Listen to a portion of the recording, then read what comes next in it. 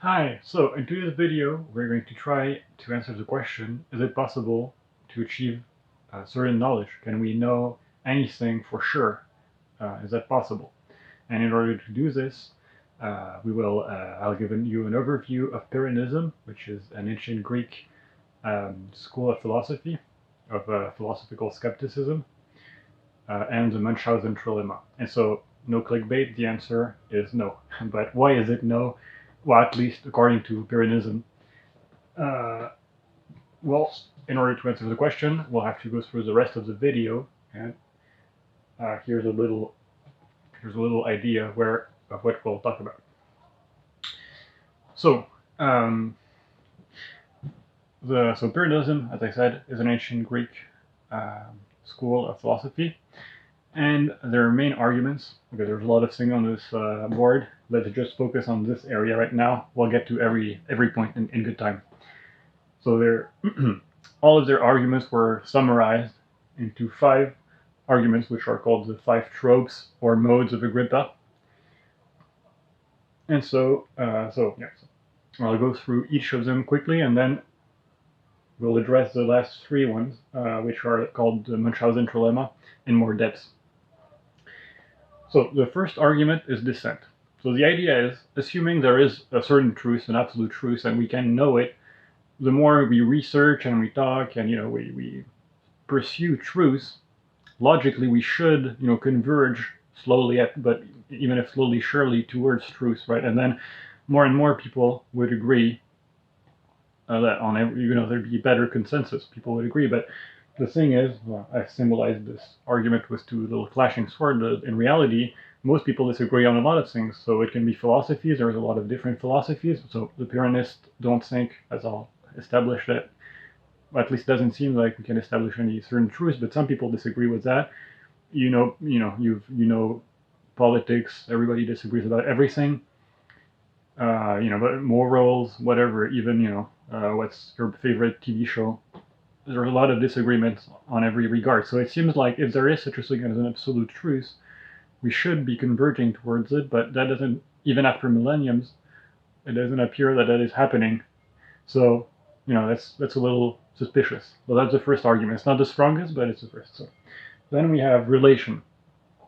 So it symbolizes this little small dot in relation with a big dot. Okay, so the idea is that in this world, the way we know it, everything we define is defined or is true in relation to something else. So this is the idea, everything is relative, as Einstein said, I think. But the idea is, and you probably heard about this, it's kind of a central idea of duality, but you can't know that something is cold if you don't have something hot to contrast it to, right? Cold only exists in contrast to hot. More generally, something big only exists in contrast to something small. So for example, let's say I take a mountain in the distance and I say, is this mountain big? Well, it depends on what you choose as a point of reference. If I say that big compared to a human or an ant, then yes, it's pretty big. If I choose a planet and I say is it big in comparison to a planet, then no, it's pretty small. So it all depends on your point of view. You could use another example. Is someone young or old? So for example, am I young? So I'm soon to be 28. So according to some people, that's pretty young. Maybe to some who are for kids, maybe that's already starting to be a little old. So it depends on who you're asking, and then it also depends on the point in time. It depends on the culture, but it also depends on the time, point in time. Right. So right now, as it stands, in this moment in time, I am moderate, pretty kind of young. I'm not too old, at least. But in 50 years, probably that won't be the case anymore, at least according to most people's definition. And then if you go back in time, then I'm probably younger. So it all depends. Everything depends on something else, on the point of view, on another parameter, right? The same with location. Are you close to something or far away? Well, it depends. You can move. It depends at one point in time. Everything depends on something else. And so the idea of absolute truth, of complete certainty, is that it's absolute, right? It's immutable. It doesn't change based on anything else. But that doesn't seem to be achievable in this reality we live in. So again, the second argument is kind of, seems a little sus that there would be absolute knowledge in regard to this, facet of reality. Moving on to the 3 last arguments, which, as I said, are the Münchhausen Trilemma. They're called like that. It's And so the idea, why is it called the Münchhausen Trilemma, is because there's this story about the Baron Münchhausen, and at one point in one of his stories, he's on his horse, and he rides into a mire, and he starts getting sucked in, and the way he gets out is that he basically just pulls himself by the ponytail, and by pulling himself by the ponytail, he gets himself and the horse out of the mire. And so basically this idea that, he's kind of doing, he's got no purchase to pull himself out. And basically those three arguments say the same thing about knowledge, right? Basically, like every knowledge is kind of absurdly pulling itself out of nothing. And so this is why they're regrouped together, and these are kind of harder, or there's more stronger argument than the two previous ones, because basically on a theoretical level they show very strong limits to any way to assert knowledge. And so what they have in common, it's all based around this idea of justification, right? So how do you know that something is true? Well, usually we'll provide a justification, a proof. And so these are limits of all ways of establishing a justification. So let's take a simple example. Let's say I point at an object and I say, this is a table.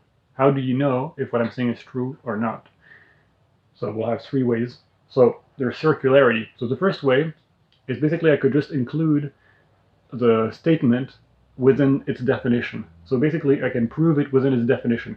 So if I say whatever item I point at is a table, then by definition everything the object or more precisely, any object I point at and define as a table is a table. So this definition is circular because it includes itself into the statement, and so it's necessarily true, but we don't learn anything about a table, and anything can be a table, including under the definition, as long as I define it as such. So that's a limit. We'll get into more detail once we go into the Münchhausen Trilemma in full, and all the different answers from philosophy. The second, or rather the first trope, but the second argument of the trilemma, this order is arbitrary. I chose it because I thought it was the best way to present them, but there's not an official order. So our first point is infinite regress. And infinite regress basically you can always go back one step. And as for justification as a justification, there's never a point where it's kind of good enough. So let's say, so I point at an object and I say this is a table. And then we could give a definition of what a table is. So let's say it's a fairly plain surface that's steady. Usually that it's resting upon a stand or a few feet. Although you could have a hovering table. But so let's say I say this, then I could my claim could be challenged by someone else. They could say, okay, well, how do I know that this specific object you're pointing at, assuming we agree on this definition, how do we know that it's flat? So maybe we could get this little tool, this little kind of ruler thing with like a little this yellow liquid is a little bubble of air inside. I don't know how it's called. We could use that to see whether it's kind of leveled or not. But then you could say, okay, but how do I know that this specific tool, which as name I don't have, how do we know that it actually measures that something is flat or not? And then how do we know that it's steady? That's another question you could say. So, well, maybe we can do a test and kind of put some weight onto it and see if it remains fairly steady. But even then, you could question it. You could say, okay, well, how do I know? And the thing is, the questioning that can, at some point, like usually in real life, we end up being satisfied at some level. But you could technically always go further, right? You could say, and I'll go more in depth when we address this point more in depth afterwards. But basically, you can always regress further. You can always say, okay, well, how we can trust my sense data, how we can trust anything, and we can always go back. So that's kind of a problem. The last one is assumption. Okay, you could just assume something is true. You don't justify it. I just say, okay, this is a table. I'm just telling you this is a table. I'm not justifying it. It's just this way I'm asserting it. We're just going to assume it, and stop asking me weird questions. So there's three ways you could justify a claim, or not really, because you're not really justifying it. You're just saying, okay, I'm just saying, trust me, bro, it's justified, and I don't need to actually justify it. And so we're going to see how, what are the different options and what the problems we get with each of these systems. So now moving on to our trilemma. So basically, the trilemma is the idea it's kind of like a dilemma, but instead of having two options which suck, you have three options that suck, and it's a hard choice. It's kind of Sophie's choice is a dilemma. Well, this is a trilemma because in order to assert any knowledge, you have to choose one of those three, and they all suck, and so you're sad. So there's like different schools of philosophy that say that one of the answers is better than the other in order to establish knowledge. Some even say that it's you can establish knowledge for sure by using it. Others say, well, maybe not, but it's the best way to do it. And so coherentism chooses circularity, right? So we're proving an argument within itself. So to give another, some new examples, you could just, if I say A equals A, that's a circular definition. So it's technically true, you can't say it's not true, but we don't really learn anything about A. Now, you could use more than a simple statement, because so far I've only used one simple statement, but that's where coherentism gets a little bit more complicated. Here we have two statements. If I define foo as equal to bar, and then I define bar as 1/2 of the foo, that's coherent. Both of these are true. Logically, it's okay, but we still don't learn anything about foo and bars. It's just like, okay, by definition it's true, but that's it.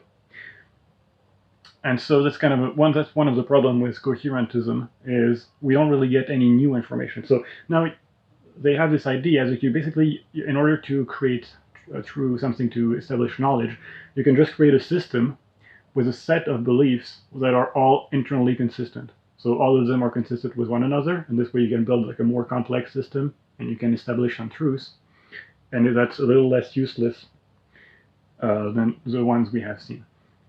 So one example, actually, I forgot to mention a little bit later, but a more concrete example, because it's pretty abstract, of a circular argument is the ontological argument for God. It's also called Anselm's argument. You might have heard of it. It's basically the idea that if you define God as perfect, and part of perfect, of the definition of perfect within the statement, is that something exists. You can be perfect if you don't exist. Therefore, by definition, God exists, and that's a circular argument.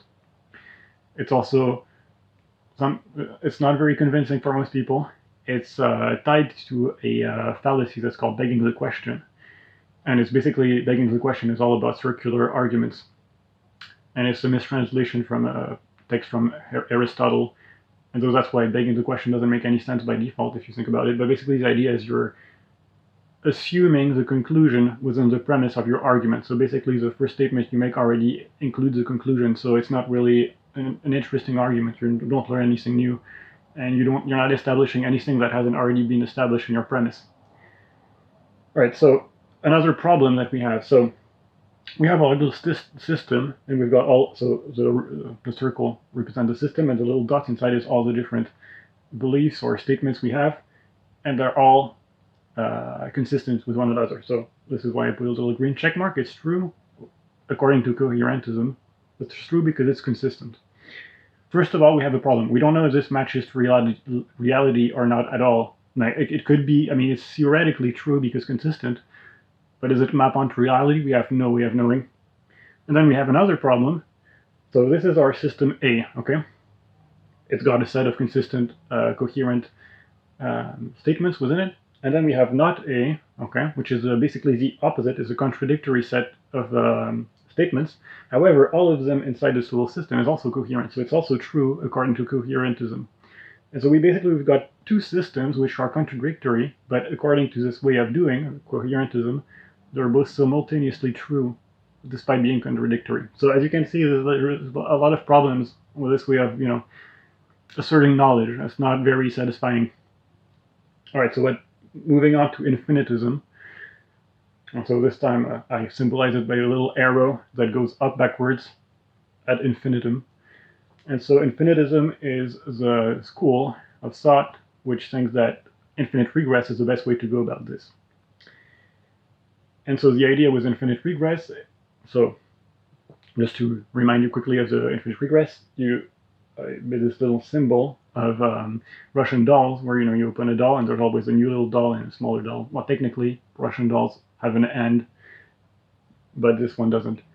And it's kind of similar to if you've ever had, a toddler who asks you the why question. They're in their why question phase, and basically, why it depends on the toddler. I think that I'd like to think of myself as when I was a toddler, actually caring about the answers that were given to me. But I've been in this position where a toddler was asking me the why question, and I spent a lot of time trying to find a good answer that wasn't like just like a little nice metaphor, but that doesn't really answer anything. So it takes some intellectual, some mental power, but it didn't seem the toddler really cared. It was just asking why again and again, and it never ends. But so infinitism says, well, let's think about this. Maybe that's not too much of an issue, because you could think there's like a theoretical infinite amount of justification for any statement. Okay. Now we don't have access to all of them at the same time, but we could pull from the ether. I mean, see in theory, any statement we make could have another justification, an infinite amount of justification. So, okay, sure, why not? The problem, though, is this: it's a pretty impractical way to think. It's pretty impractical because now there's okay. Well, by the way, I'd just like to clarify that it's a pretty complicated. All of these are complicated philosophical systems. There's more arguments than I'm covering here. I have to go fairly fast just to keep this, understandable. So technically, there are a lot of arguments in favor and against. I'm choosing the ones I find most interesting or that I know of. But there's different issues with infinitism, right? So let's say we have claim A, right, which has a potentially infinite amount of justification, and so the fact that we can keep asking justification isn't a problem because it's got an infinite amount of answers. It's like if you have an infinite hole and an infinite amount of content you can pour inside the hole, it kind of cancels out. So we've got statement A, it's got an potential infinite amount of justifications. But then we have not A, which is another statement, which is a contradiction of A. But the contradiction of A can also have an infinite amount of justification, potentially. So how do we know which one is true? Well, we can't really, right? That's an objection called the AC/DC objection. And, so then we could say, okay, well, we could probably come to some agreement where we could probably set, after a certain amount of justification, it's good enough. Okay, let's say if I provide, so I read this somewhere, like if you got 10 justification, it's probably good enough. But this level, this criteria of what's good enough is arbitrary.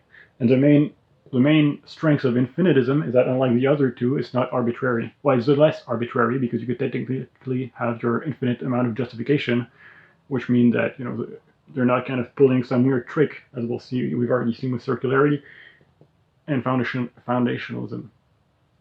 But the problem is that in order to differentiate which statement is truer, we need to choose some arbitrary criterion of where we give our limit in order to use it practically in day-to-day life as humans. And so maybe to give a bit more of an example, but of infinitism, you could say if let's say you're working or you're in your room and you're living with your family, and one of your family members tells you to come to the table because dinner is ready. Now, most likely in a common scenario, you're probably going to trust them because there's not a lot of reason for them to lie to you about this. But technically, you don't know that it's true for sure, right? So you could ask, how do I know that dinner is really ready? So there's different ways you could go about it. Maybe like your family member could tell you, well, I finished cooking it, so it's cooked, so it's ready. You could say, okay, but how do I know that? Well, first of all, how do I know that it's really cooked? So you could go and see and check visually that your dinner is really ready. But can you trust your eyes to tell you whether it's really ready or not? So that's one level of justification, but you could ask for more. Maybe you want to taste it to check if it's ready, but can you even trust your sense of taste? And then you can keep regressing. Now, usually in everyday life, we kind of have this was like, okay, it's reasonable enough. I'm going to act as if it's true. But you could go back into metaphysical. How do I know that I even exist? How do I know that anything I see or interact with has any form of reality? How do I know that everything is not a dream or a simulation? How do I know I'm actually a separate distinct entities from the dinner. How do I know that whether readiness is an interesting or valuable definition for my dinner? How do you define it? So anyways, you could keep, anything is subject to more inquiry, hence the infinite regress. So that's just a little bit more of an example. Okay, moving on to the last one, which is foundationalism. So they choose assumption. And so this little symbol, we choose a cutoff point because this infinite regress is too much of a hassle for us. So we choose we choose a cutoff point. We just say, okay, this I'm just saying it's like this is true, and stop. No more unraveling infinitely. Okay, this is true, and then from there on, we can deduce a lot of other statements. And so this is why there's a little downwards arrow. Now, most of philosophy is usually centered on this one. This one is foundationalism is the most popular. So to give an example, if I use one of my axioms for my philosophical system, and you say that, so consciousness, preferences, and agency are important and should be respected and protected, then from that statement we can infer other statements, we can deduce them, right? So that means you should respect people's consent because that's one of their preference and it matters and you should respect it. You should also probably aim to reduce harm because people don't, harm goes against most living creatures' preferences, and so so on. So probably you shouldn't murder people. You shouldn't steal their things. That goes against their preferences, at least for the most part, and so on and so on. And so we can, unravel this axiom, and we can, establish a lot of knowledge on this basis. However, there are still problems. Well, first of all, we're choosing our axiom arbitrarily because at this point there's no justification. Justification haven't been unlocked at this point. We're just plopping it. Okay, we're pulling it out of our ass, and we're just saying, okay, this is the way it is, and stop asking questions. Now, technically, you could question it, right? But then you're back to infinitism. So we've got this arbitrarily chosen assumption. Now, arbitrary doesn't necessarily mean that there's no reason behind it or that it's completely absurd. It just means it's interchangeable. You could have chosen anything else, and you don't have a specific reason to, say this one is better than another. Or if you did, then it wouldn't be your axiom because you could justify it. But we've got our little system. Okay, we've got A.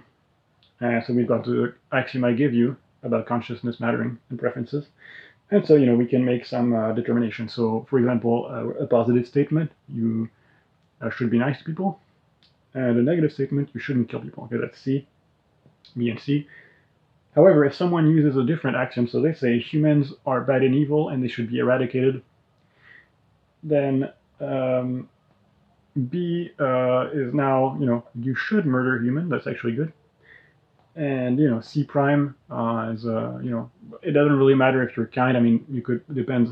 With this axiom, it doesn't seem like there's any specific reason to be unkind, but kindness is irrelevant. And so, as you can see, if you're using different axioms, you don't really have a way to convince someone else of your conclusions. So that's a bit of a problem. And so, here this is a little cross. And then you can't really make an argument at the axiom level because, as I just said again and again, they're not justified. So you can't make an argument that your axiom is better than someone else's axiom. So how do we deal with dissent? Well, we don't really. We're kind of screwed. All right. So what do we do with this? This is because all of these options are limited. This is why we arrive. We become we're stuck into skepticism. So let's talk more about it. Okay, so we've got two schools of skepticism. The one I talked to you about is Pyrrhonism, and Pyrrhonism says basically since you can't know anything for sure, and all of our ways of establishing certainties are limited, we haven't found any way to establish absolute knowledge so far. So what we should do instead is to suspend our judgment. So we don't make any strong claim any one way or the other. And so this is also in pursuit of eudaimonia. So all ancient Greek, or at least most of them, I think, most ancient Greek philosophy, the goal is eudaimonia, so living the good life. And so the way they go about it is they say, if you can suspend your judgment, you'll reach the state which is called ataraxia, Maybe I'm probably butchering the pronunciation. And so basically, it's a state where you don't have any strong attachment to truth, or that anything is true or false, and you're kind of living in this Zen, equanimous, chill vibe. And so it's kind of similar to Buddhism in this way, or even in some ways it's a little bit similar to some aspect of Stoicism, but where you kind of let go of things you can control. So in this context, it's about knowledge, and you just you're not attached to anything, and so you're kind of chilling, and that's the way to the good life. There's another school of skepticism, which is academic skepticism, and so these guys say, okay, there's only one thing we can be certain of, and that's the fact that we can't be certain about anything. So basically, they have an axiom, like foundationalism, and their axiom is that there's no way to know anything. So it's an interesting axiom because it's an axiom that from which you cannot deduce anything. It's also paradoxical, right? So it's only absolute knowledge, and we can have no absolute knowledge. So which one is it? Pyrrhonism, instead, they say, well, we can't be sure that there's no way to establish knowledge, but to the best of our abilities, from theoretically and in a logical basis, it doesn't seem that we can achieve any knowledge. So we are stuck in skepticism and suspension of judgment, for the moment at least, until someone can find a way out of this predicament, if it is even possible.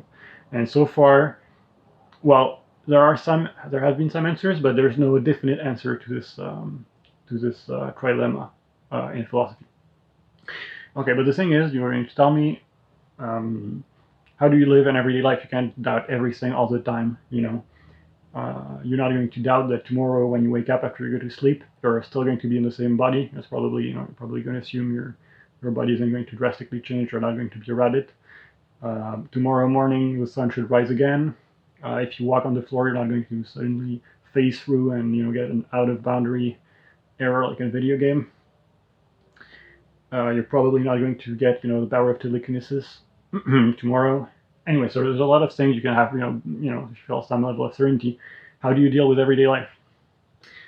So the skeptics had this concept of the criteria of action, and so I've symbolized it, but this little guy wearing a happy mask is actually sad. It's kind of it's my simplified version of the masked Wojak. But anyway, so this criteria of action is basically, for the sake of living your life, you're going to assume that some things are true. You're going to trust your sense data, right? So if I can touch something, I'm going to assume it's kind of there. But it's just, to live in the back of your head, and in a more philosophical, metaphysical level, you don't trust anything. You don't believe anything, whether it's true or not.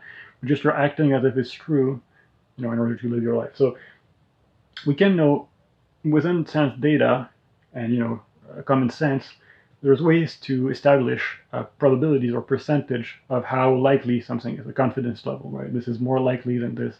And we would use proof in order to establish that, right? So if there's good proof for a statement, then it's more likely to be true than another.